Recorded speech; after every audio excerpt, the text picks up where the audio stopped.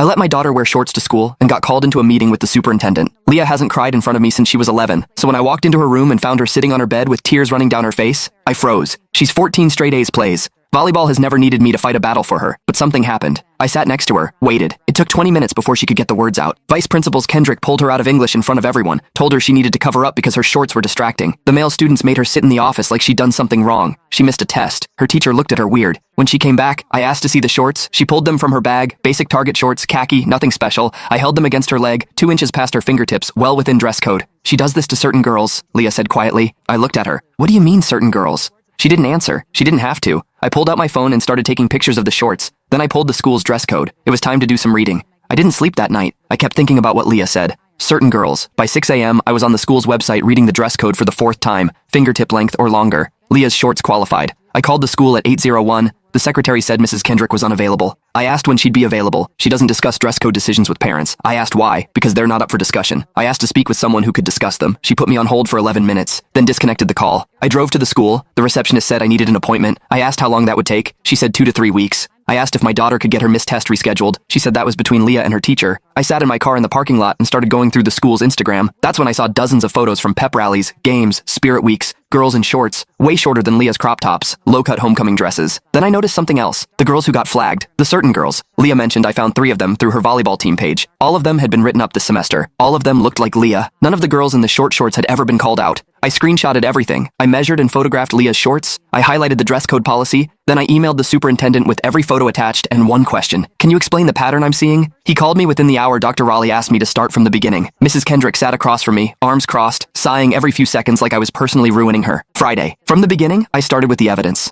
I placed Leah's shorts on Dr. Raleigh's desk and pulled out a ruler, measured them right there, Mrs. and Kendrick rolled her eyes. I placed the printed dress code next to them with a fingertip rule highlighted. Then I opened my folder. Photo after photo from the school's official Instagram girls and outfits. Way shorter, way tighter, way more revealing than anything Leah owned. Not one of them was flagged, I said. Dr. Rowley leaned forward. Mrs. Kendrick stopped crossing her arms. Then I laid out the photos of the girls who were girls. I didn't say what they had in common. I didn't have to. Dr. Rowley studied the photos for a long time. When he looked up, he wasn't looking at me. Mrs. Kendrick, can you explain this? She opened her mouth, closed it, tried again. Professional judgment is subjective. I can't be expected it to. Can you explain? Dr. Raleigh interrupted why every student you flagged looks the same. Nothing. She had nothing. Dr. Raleigh stood up. Mr. Torres, your daughter's record is cleared. Her test will be rescheduled, and I'm deeply sorry this happened. He walked to the door and opened it. Miss Kendrick, stay. We have a lot to discuss. I walked out into the hallway. The secretary wouldn't look at me this time. I understood why Mrs. Kendrick was placed on leave that Monday. 4 other families came forward. Leah retook her test 94%. She still wears those shorts. Nobody says a word. Amazing what a ruler and some screenshots can fix.